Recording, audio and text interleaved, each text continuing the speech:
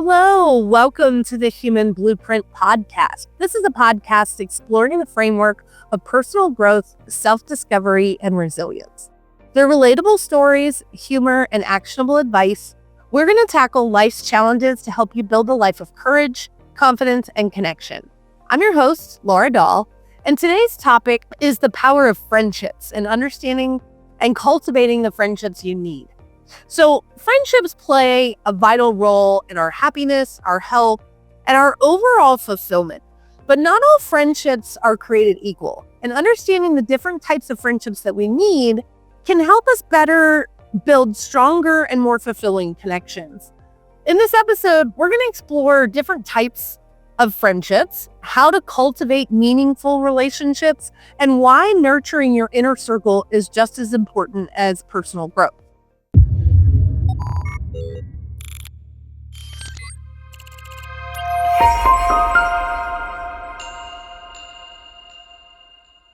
So let's start with why friendships matter. We live in a world today, both politically and since COVID, where a lot of people feel so isolated and so alone. Friendships help they help us overcome our mental, emotional, and physical challenges to our health. They help us reduce stress, they increase our happiness, and they improve life satisfaction overall. Most of our friendships provide us with support, accountability, and shared experiences. I will tell you, I grew up kind of in a military town. We moved around a lot.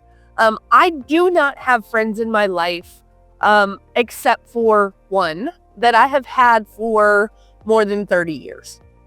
I know people that grew up with people in their same elementary school or kindergarten class. They live in the same small town.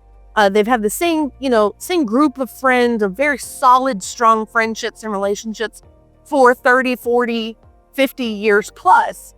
I am not one of those people. I've moved around from state to state to state. I grew up in Virginia. I moved to South Carolina, and then I moved to North Carolina, and then I moved to Tennessee, and then back to North Carolina. And so I have always been a very social person. Some people would say I've never met a stranger. And I've always had really great friendships that I'm very blessed and very lucky to have. But I do not have, with the exception of my one friend that lives in Hong Kong, I call her Hong Kong Mary. She's lived in Hong Kong for probably, 20 some years. And she is the longest friend that I've ever had. But you don't have to have friendships for 30 years to have deep, meaningful, impactful relationships that shape your life. And so I want you to understand that there are all different types of friendships that you're going to have.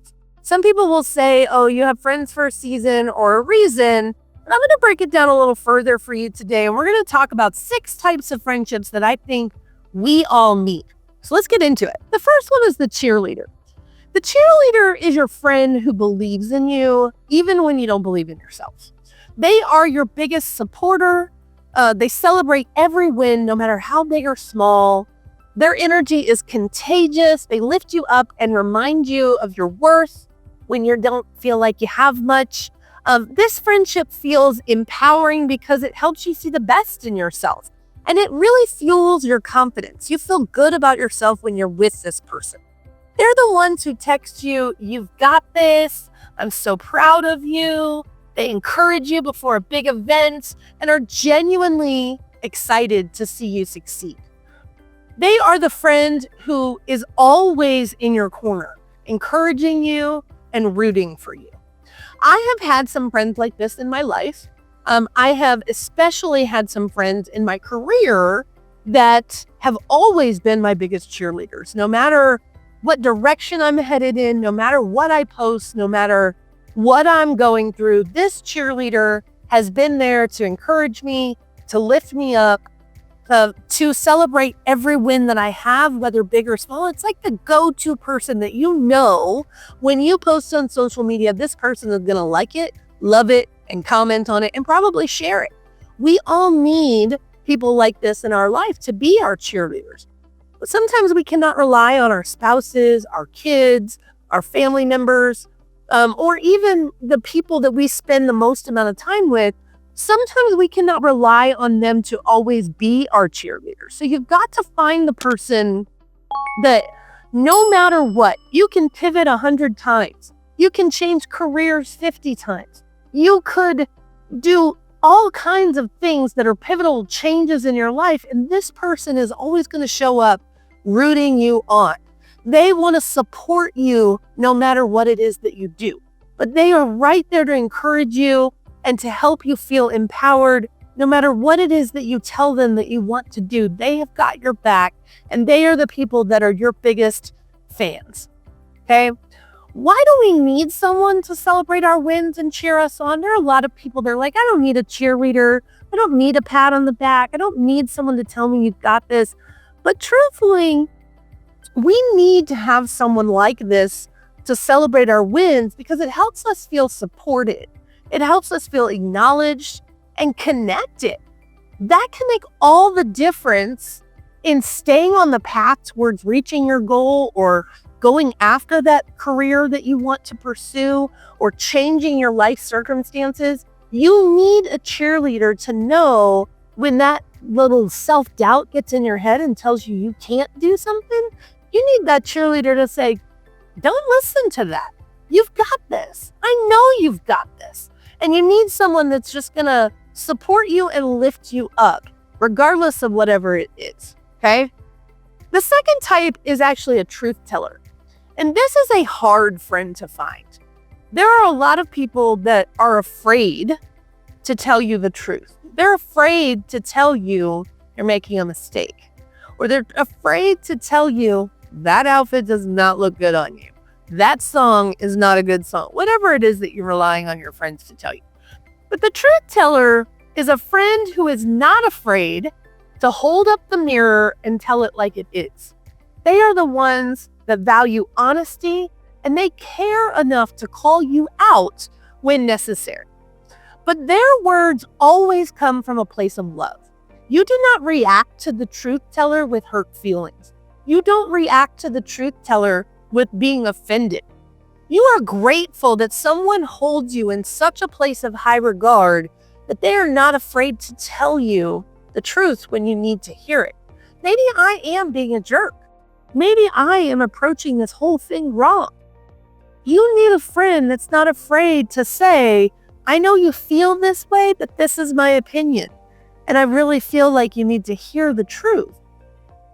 I don't want to be afraid to share with you my true feelings just to protect, I don't want you mad at me, right? You need someone who, out of a place of love, that friendship is so invaluable to you because it pushes you to grow. These people hold you accountable. They help you also stay grounded. They keep you in check. Their advice might be tough to hear sometimes. And the truth can be really hard to hear. We don't want people to say critical things to us. We don't want people to disagree with us about something we're very passionate about. We don't want someone who doesn't tell us what we want to hear. That's why we surround ourselves with people who think just like us, right? We want someone who, when I am mad, we want to go to that person and we want to vent to them, or we want the person to say, you're right. But a true friend will say, I don't think you're looking at this the right way. Have you considered? Have you extended any grace? Did you say that to them? They call you out on your crap. They actually hold you accountable to really who they know you are. These are hard friends to find because most people, especially in the South, are not truth tellers. They hide things, they sweep things under the rug, they try to keep the peace, they tell you what you want to hear because they're trying to protect the friendship with you. But what I need you to hear me tell you is that everybody needs a truth teller in their life, even if that person is not well liked by others, because maybe they come off as abrasive, maybe they don't like how their truth is delivered and it's offensive or it's hurtful. But someone who truly loves you is not afraid to tell you the truth, even if it might hurt your feelings. The friend that tells you like it is will help you see the truth in situations where you can't see it yourself. Maybe you're too caught up in the emotions of it. Maybe you feel validated and you want someone to validate your feelings, but a truth teller is actually going to tell you, I don't think you're right here. I think you're making a mistake, or I think this is the wrong way to approach it. These people push you to grow by helping you see your blind spots. These people encourage you to be accountable. They challenge your perspective. They also provide constructive criticism. And that is why we don't like it, because we don't like constructive criticism. We don't like criticism at all. But our true friends that love us and care about us can offer us constructive criticism, and we know it's coming from a place of love. We know it's coming from a place of challenging you to think in a different way, that maybe you cannot see past the blinders to accept the fact that maybe you're wrong. Honest friends also push you out of your comfort zone. They offer support through love. They encourage your authenticity, but they also push you when you are comfortable. The truth teller will tell you, I don't think that you're handling this the right way. I think that there's a better way. They also help you grow into the best version of yourself. The truth teller is honest, and their honesty is a gift that fosters growth. It also builds trust, and it helps us form a lasting connection. The thing about their honesty is that the reason we value this type of friend is because we know that they're going to tell us the truth, even if that might hurt me. Their intention is never to hurt me. Their intention is to help me see all sides of the situation, to be authentic and not tell myself lies because that's what I want to hear. Their job is to help us grow as humans by being strong enough and vulnerable enough and risking our friendship by telling me the truth.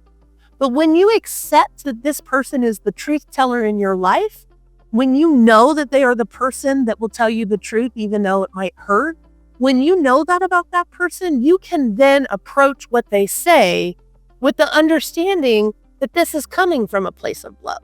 If they didn't care about me so much, they wouldn't be so convicted in sharing a different perspective. So I want you to keep in mind that the truth teller may be a hard person to spend a lot of time with, but they are also the people that when you really need to check yourself, they are the ones you can run to. Because they're not going to sugarcoat it. They're not going to give you a bunch of fluff that you just want to hear. They're going to tell you what you need to hear, not what you want to hear. The next type of friend is actually the history keeper. The history keeper is the friend who's been with you through the thick and thin, the highs and the lows of life. They know your story. They know your struggles. They know your triumphs and the quirks that make you unique. They know intimate details about you that maybe some of your other friends don't know. Their presence feels like coming home. They provide you with a deep sense of comfort. They give you a sense of belonging. Their friendship is also a living reminder of how far you've come, and they keep you connected to your roots. As you grow in life as a human, as you work on yourself to enhance your skills, as you arm yourself with tools to navigate life, they are the people that keep you connected to your roots. They are the ones that will reminisce with you over inside jokes that only you guys get. They are the ones that give you a sense of continuity in this fast-changing world that we live in.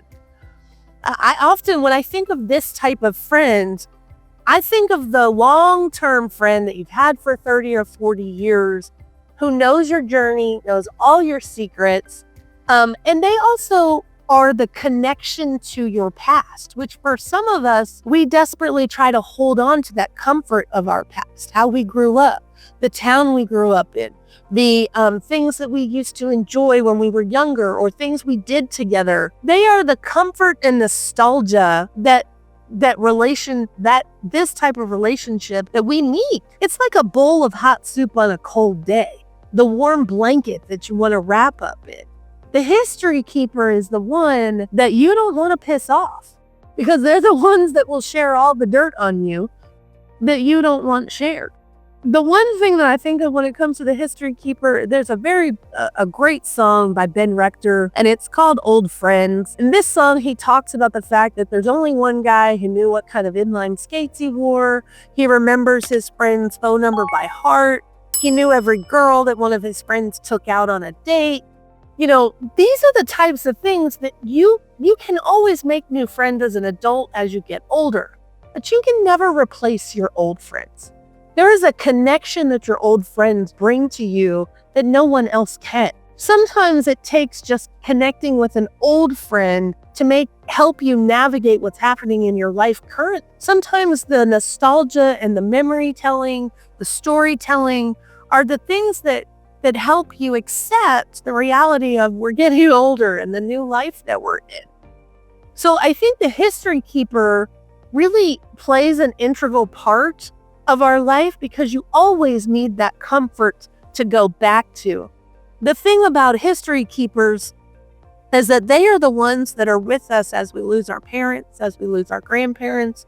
They also have relationships with your extended families. They are the ones that stood up in your wedding. They're the ones that come to your baby showers. They're the ones that attend your children's graduation. They are the friends that are irreplaceable. I get a little emotional talking about the history keeper because the history keeper is what you hope for in your friendships. You hope that you have somebody in your life that withstands the ebbs and flows of life, that they are with you as a constant as you are navigating the various stages of your life. As you drift apart, maybe geographically, as your kids get older, as you are entering in a new phase of your life where things have changed, this is the constant. This is coming home. And coming home is so important for restorative reasons, for growth, for comfort, for just feeling safe and secure. The next type of friend is the adventure buddy. And I think we all need an adventure buddy. I often say in relationships, like between spouses, there's usually one person in the partnership that is the gas and one person is the brakes. This adventure buddy is definitely not the brakes. The adventure buddy is the friend who inspires you to step out of your comfort zone, and they want you to embrace life's excitement. The adventure buddy is encouraging you to try a new hobby. They want you to explore a new city. They want you to sign up for a spontaneous road trip. They are always game for something new. They are the person that you can call at the drop of a hat and say, you know what? I'm thinking of taking a 2-day trip to wherever. Do you want to come? And they say the bag is in the car. They don't ask questions. They don't even need all the details. They say, sure, let me know when and I'm down. They are the person that is so energizing. They encourage growth through shared experiences. They create memories that you'll treasure forever. Mostly because one person is pushing the other person to do something that is not in their comfort zone, right? They are the friend that says to you, why not? When you're hesitant to try something new or to do something outside of your comfort zone, they are the friend that says, let's go, get in the car right now, right? They are the friend that bring a sense of humor, fun, and possibility to your life. They are the ones that expose you to new things, that push you to do things that you might not do otherwise. They are the friends that really you lean on to share fun experiences with. They also share memories with you like the history keeper, but they are the ones that you're going to also create new memories with. You're not relying on the history book to tell you what your friendship was like. Your friendship in this stage with an adventure buddy is always evolving, and there are always new adventures to explore together. This type of relationship, if you can think of it, is kind of the Thelma to your Louise without the murder. The next one is the mentor. The mentor is a friend that you admire. It is a friend that you admire for their wisdom, their perspective, their experience. They might be older than you, they might not. I know I've had a lot of significantly older women as mentors in my life.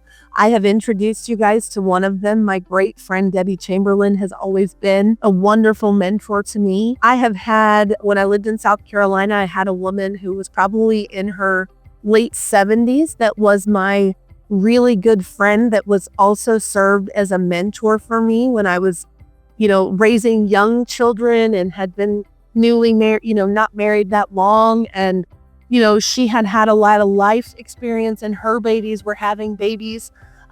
These friendships, they guide you, they inspire you, they offer advice and encouragement that help you navigate the challenges that we go through.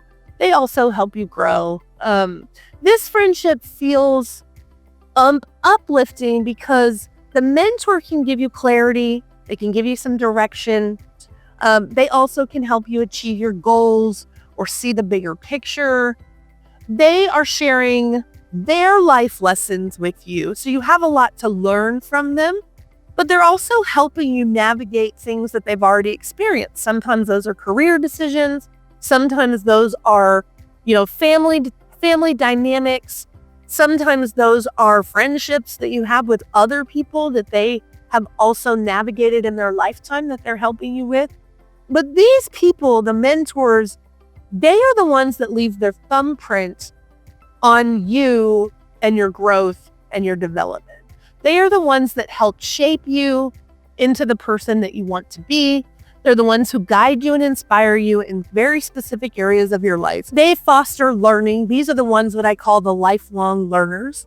Typically for me, the mentors have shown up in my life as older women. And it may be that I clung to motherly type mentors. I've also had very powerful, successful men as mentors on the career side, but not so much in my personal life. This relationship is special and unique because you get the privilege of learning from their experiences, their failures, and their successes. You get to see things from their perspective, and these people are special because they can be objective. Most of the time, your mentors have a little bit more distance between you and them. They don't eat with you every Thursday night or go out with you 3 nights a week or whatever. These people are typically more limited of when you meet up with them and spend time with them. And because of that, there's not that super close, vulnerable stage that would cloud their judgment when you ask their opinion. That's why they can be more objective when they give you advice. These people, the mentors, they challenge you, they push you. They also offer you support and encouragement because they've been there, they've seen it, they've done it, they've experienced it. They learned a lot of lessons along the way. They also can help you clarify your goals. Because they've already lived it, seen it, and done it, they can ask you additional questions to help you refine your plan. They can definitely ask you questions to make sure you thought it all through. They offer an additional perspective because they've experienced it. Have you thought of? Because I've owned 2 real estate brokerages in my career, I often get asked to mentor new broker owners.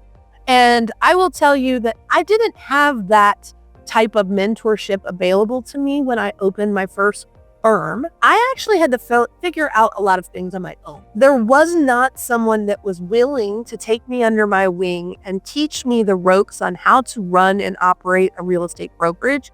And mostly because in my industry, people don't like to do that because they feel like they're giving their secrets away or you're training the competition.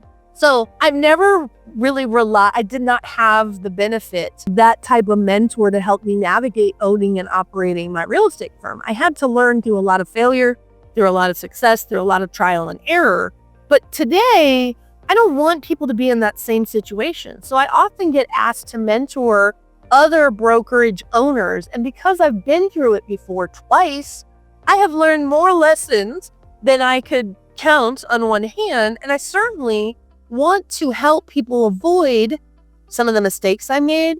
I want to help people understand what I learned in the process and what I would do differently if I were to ever be crazy enough to do it again.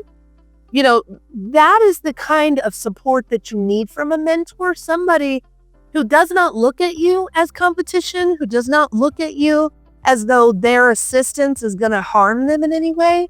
You want someone who is willing to pour into you just for the simply because they want to see you do well, right?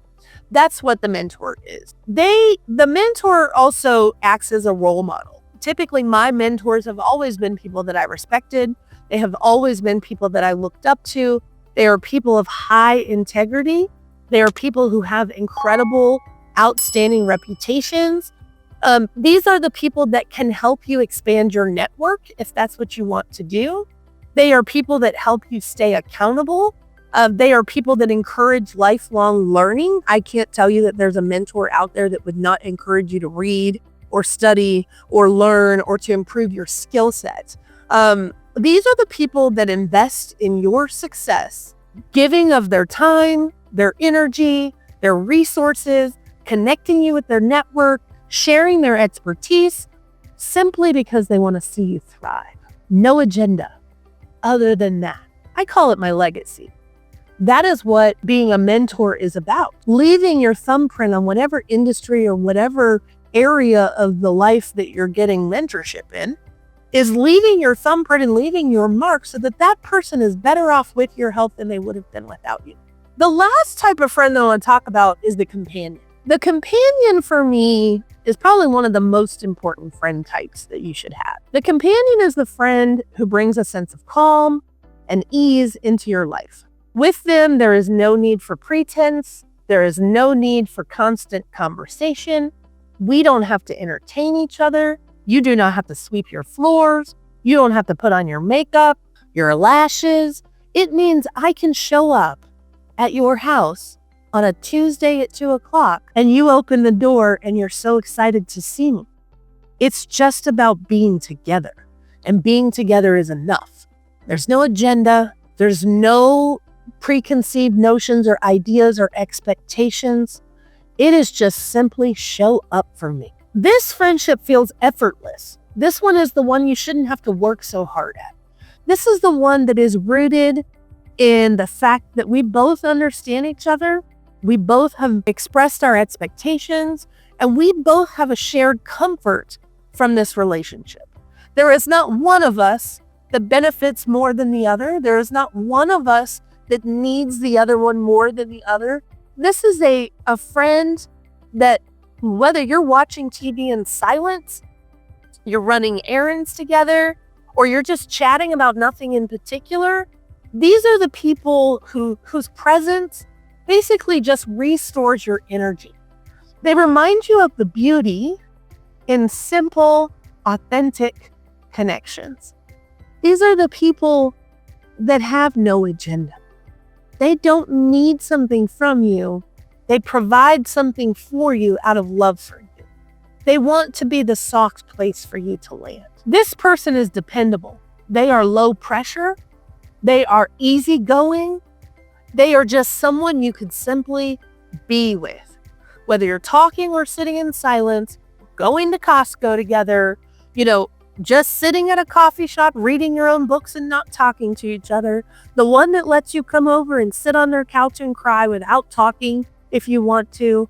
These are the ones that feel effortless and restorative. They're the ones that repair us. This type of friendship acts like an anchor in our busy, chaotic life. They are the ones that ground us to know that, everything is going to be okay. And we're going to get through this together. We're both navigating our own junk, but we're going to get through it. These are the friends that no matter what you need, they're there for you. And I am very grateful. I am so blessed to have several companions in my life that no matter what I needed, they have been there for me. They have let me just be. They have been the soft place to land for me. And they are the ones that expect very little of me, which to me, as a giver, as a 2 on the Enneagram scale, as a people pleaser, this is the one that I need the most. The one who wants nothing from me than to see me happy. So if you are that person in my life, And you know if you are, thank you for being that person for me. Let's talk real quick about how to cultivate and maintain friendships, because this is the part that we're all struggling with. Since COVID, on the precipice or on the back end of a political climate that we're in, and as you grow as an adult, it is hard to make friends. Making friends as adults seems so hard. It requires vulnerability. It requires intentionality. It requires you to know yourself well enough to know what kind of people you like and which ones you don't. Excuse me. Friendships, though, I will tell you, do not happen by accident. Typically, you might run into someone and become fast friends because you struck up a conversation. But to actually call yourself a true friend, you have to work at that. You have to show up for each other. You have to be vulnerable together. You have to actually care about each other. You have to work out your conflicts. Most people today are not willing to invest that kind of time in their friendships. Your friendship serves a purpose for you. Those friendships, if you cause strife, if you push me or challenge me in a way that I absolutely cannot do, that is not healthy for me, most of us will just move on from that person. We don't attempt to address the conflict. We don't insert boundaries to say, you really hurt my feelings by saying that. Or I didn't like that you betrayed my trust and told my secrets to other people, right? We just write them off and move on with our lives. Kids are famous for this, right? Especially in today's climate. I know one of my children, he is on the spectrum, and I may have talked about this before, but when he was younger, one of his classmates would do something to him that upset him, whether it was talking ugly or they hit him or whatever it is that they did, they upset him. And my child, being on the spectrum, he craves security and safety and consistency. And so when a friend would hurt him, he would often just say, well, they're not my friend anymore. We're not friends anymore. I don't like him anymore. And I would ask deeper questions and push him a little further to explain to me what happened. And then we would work on addressing, mending and repairing those friendships and relationships. But I found as my children got older, even my older son would also have conflicts with his friends. And instead of restoring and repairing the relationship, they would just move on from each other. And while that is an okay thing to do, I'm not judging you if that's what you do. How can you have true, authentic, deep relationships if you don't work on the repairing and the restoration? When you move on to a new friend and you let the other one go, are you ever going to end up with the history keepers? How do you get relationships that last 30 years if you don't work on resolving your conflicts, right? So in terms of making friends, I will tell you, you need to decide what kind of friends you need right now. Who is in your life that you currently have? Are there any of these 6 types of friendships that you don't have, that you think you need? The other thing is that I would tell you, you really do need to be intentional. You're going to have to reach out regularly. You're going to have to schedule time together, and you're going to have to show up. Show up for people that matter. Nobody likes a flake. I will tell you that I have had to apologize to my friends many times over the course of my life because I am the person that's an overcommitter. Okay? I have shared this with you guys before. I am definitely the person who says yes to lots of things, and then the day of the thing comes and I am exhausted. Maybe I'm sick. I don't feel like peopling. I've been peopling all day. And then all of a sudden I start to cancel. Well, there are some friends that you can cancel with and they don't care. They're actually grateful and they put their pajamas on and they climb in bed and say, thank you. I also needed a day off, right? But then there are other friends that canceling on them is a rejection. Canceling on them means you're not dependable. You're not reliable. And maybe that's the one thing they were looking forward to all week, right? They got a new outfit. They put on a full face of makeup. And here you are 30 minutes before the event telling them you're not going to make it. It can be devastating and it can be disappointing.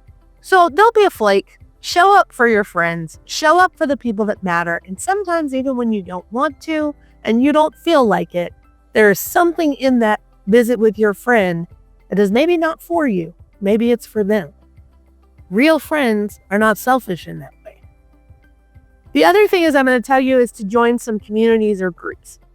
I am very fortunate in Western North Carolina that I found this incredible group called the Asheville Women Who Wine. And that's not WHINE, that is WINE. And it happens to be a group of 1,800 women in this small town that like drinking wine. Not all the events are wine related. A lot of the events have more to do with growth and connection. It is really about building community.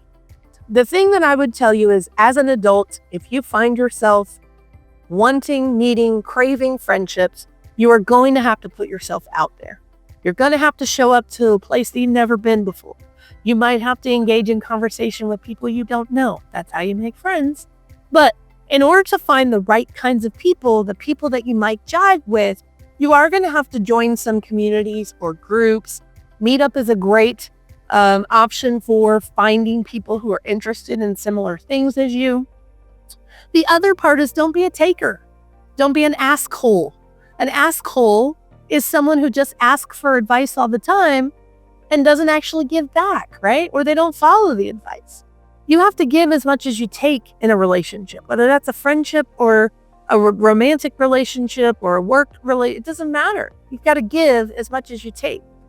The other thing I'm going to tell you is to practice vulnerability. No one likes small talk. I would also encourage you, when you go to these groups, when you go to these communities, when you participate in meetup things or events, please don't ask people, what do you do for a living? I loved a question recently I heard that a woman said, and how do you spend your time? Which was such a nice, gentle way of asking, what do you do? Like, tell me more about yourself, without saying, tell me more about yourself, or what do you do for a living? We live in a society where we are often judged by our career. Our work is our persona. And there is more to this life than your job. You're not defined by the job that you have. And most of us are in a job that has nothing to do with things that we enjoy. It's just how we get paid. It's how we pay our bills and survive. So don't ask somebody, what do you do? Ask somebody, what's your passion? What are you interested in? What do you do on Saturdays? What do you spend your time in the evenings doing? What's your favorite TV show you're watching right now? Are you a reader? What kind of music do you like to listen to? Think of some other questions that really help you get to know people instead of asking them, what do they do for a living? And please, for the love of God, stop asking people, what does your husband do? You don't know if they even have a husband. You don't know if their husband has a job. I'm in a community right now. We just got hit by a category 5 hurricane. A lot of the people in my town are unemployed right now. So going to an event, trying to make friends, and the first question out of my mouth is, what do you do? What does your husband do? Oh, all of a sudden, all I know you care about is the work that we do. Our work is not only our life. We have a whole lot more to offer people than our jobs. So practice vulnerability. Practice being a good listener. We often meet people. I will tell you, I am bad at this. If you introduce yourself to me, your name is going to come out of the printer and into the shredder. And unless I use it 5 times, unless it's written down, unless I see it, I am sorry. It does not mean I don't like you or don't care enough to learn your name. I am terrible with names. Now, your face, I will never forget it. Details that you tell me about yourself, I will remember for 20 years. But I'm sorry, I won't remember if your name is Jennifer or Michael. Okay? Just tell me what your name is again, or please extend some graciousness or compassion when I say, I am so sorry. I have forgotten your name, but I've really enjoyed spending time with you today, right? But please be a good listener. Don't listen to respond to people. Don't start formulating the response in your head before they didn't finish their sentence. Listen to what they're telling you. Are there things that they're telling you that you can use to be a better conversationalist with them? Are there things that they're telling you that would connect you or tell you that you guys are not yoked, that they are not a good fit?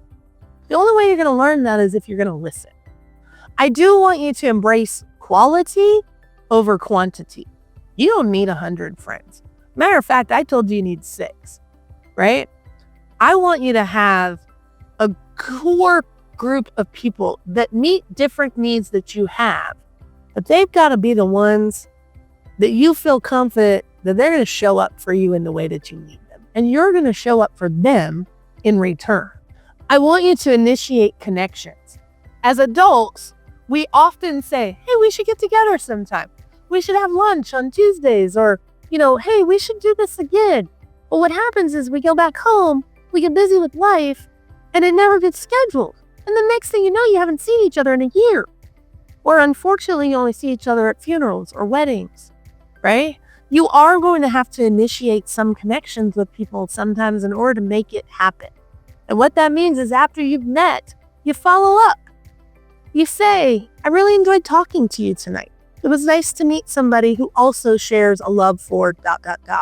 It was nice to meet you tonight. I really enjoyed listening to you talk about your latest passion project.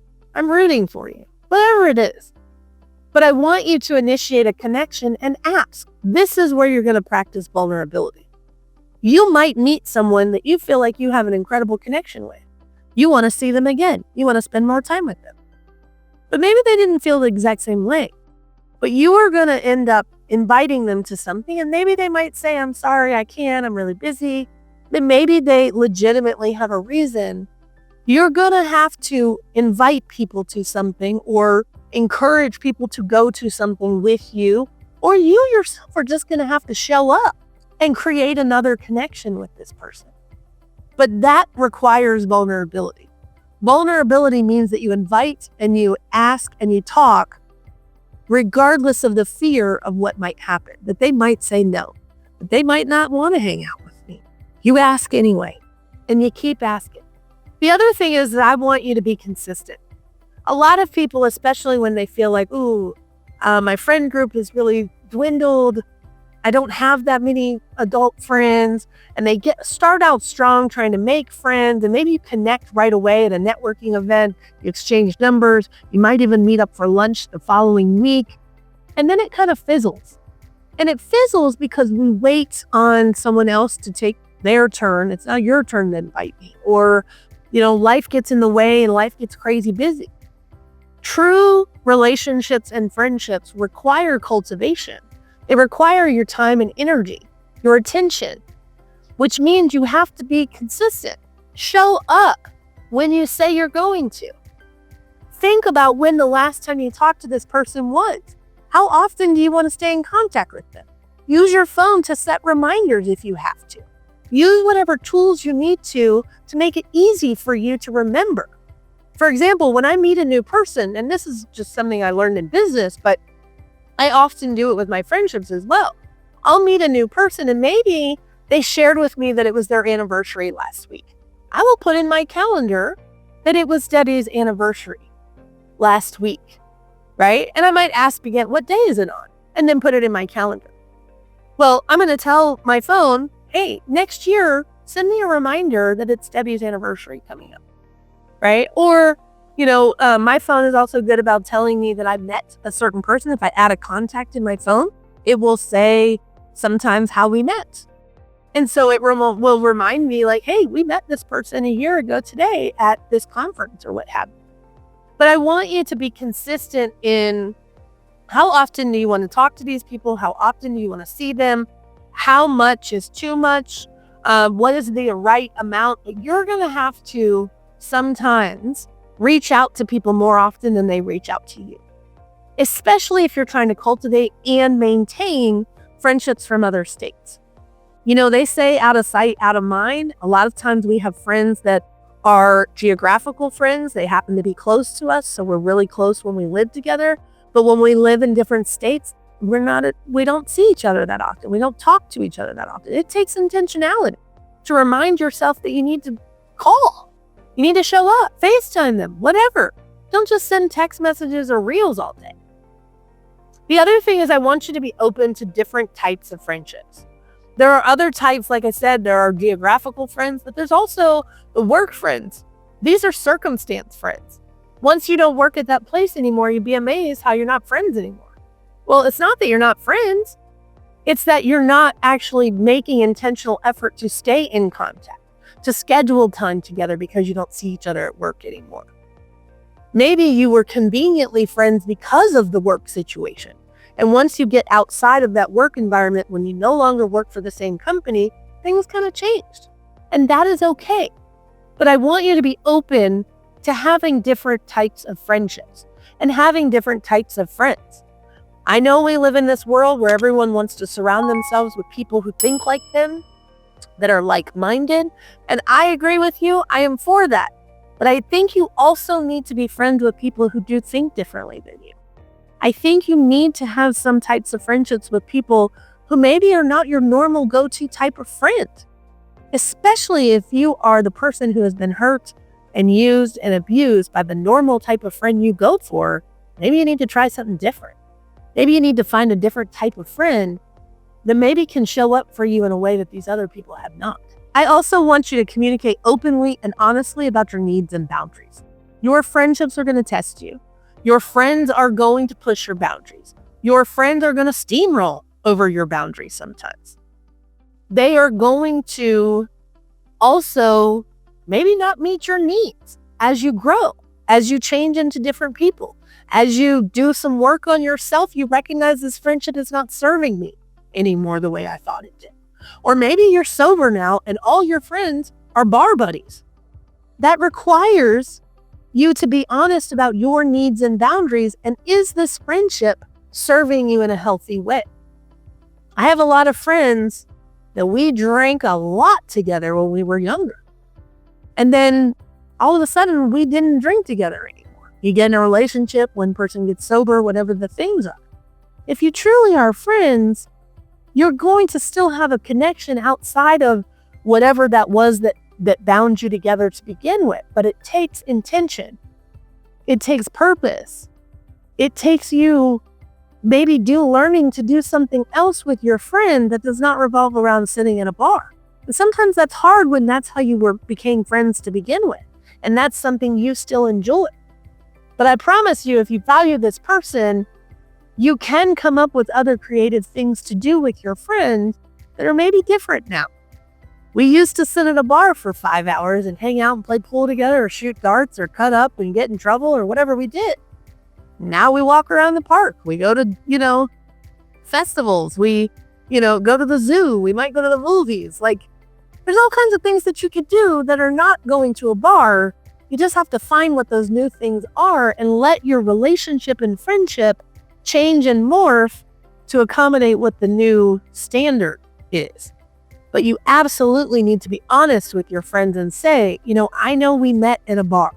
And as you may know, I have, if this is you, I'm not sober, but if you are sober and you met in a bar and you still want to be friends with somebody that is still drinking, you might need to say, as you may know, I have X number of days of sobriety and I still want to be friends with you, but I need to find other things that we can do together that are not sitting in a bar. Or maybe it's a trigger for you, or maybe you don't like how your friend behaves when they drink. And so you might still be able to go to a bar, but you don't want to be the babysitter. You got to be honest. I also want you to address the conflicts that you have gracefully. I want you to be honest.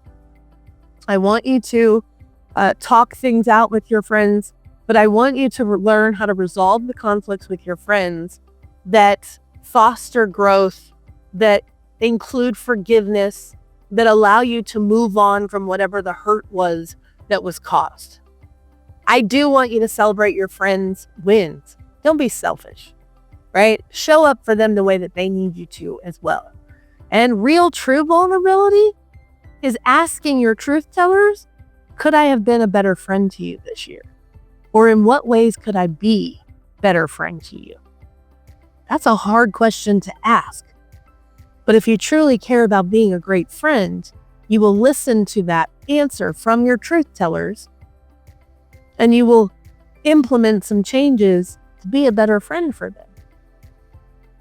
I do want you to recognize, though, when it is time to let go of toxic or unfulfilling relationships. Letting go of a relationship that no longer serves you, that's not healthy for you, that's not safe for you, does not mean that you don't love that person anymore. it doesn't mean that you don't care about them anymore. It means that you're prioritizing your own health and safety over their toxic friendship or their tumultuous relationship, or a relationship that is just simply not fulfilling for you anymore. I want you to recognize that it's okay to move on from those. It is okay to outgrow certain friendships as you grow as a person, as you're doing work on yourself, as you're learning how to insert boundaries, as you are understanding more about what your needs and wants are and how these friendships contribute to those. It is okay to outgrow certain friendships, and sometimes that hurts. When you are letting go of some of the history keepers, the friends that you've had for 30 years, and those friendships no longer serve you, you no longer align in values, you no longer enjoy spending time together. It is okay to say, I have loved you for 30 years, but unfortunately, I think we have grown apart and our relationship is no longer fulfilling me or healthy for me. I hope that this was helpful to you. I do think that friendships are so important to our well-being. We need other people besides our spouses, besides our partners, besides our family members. We need other people to be a sounding board for us, to be our cheerleaders, to document all the history that we've been through together. We need the people who are the mentors and the Thelmas to our Louises. We need the companion that is the soft place to land. These are all friendships that truly are the threads that weave meaning into our lives. They give us purpose.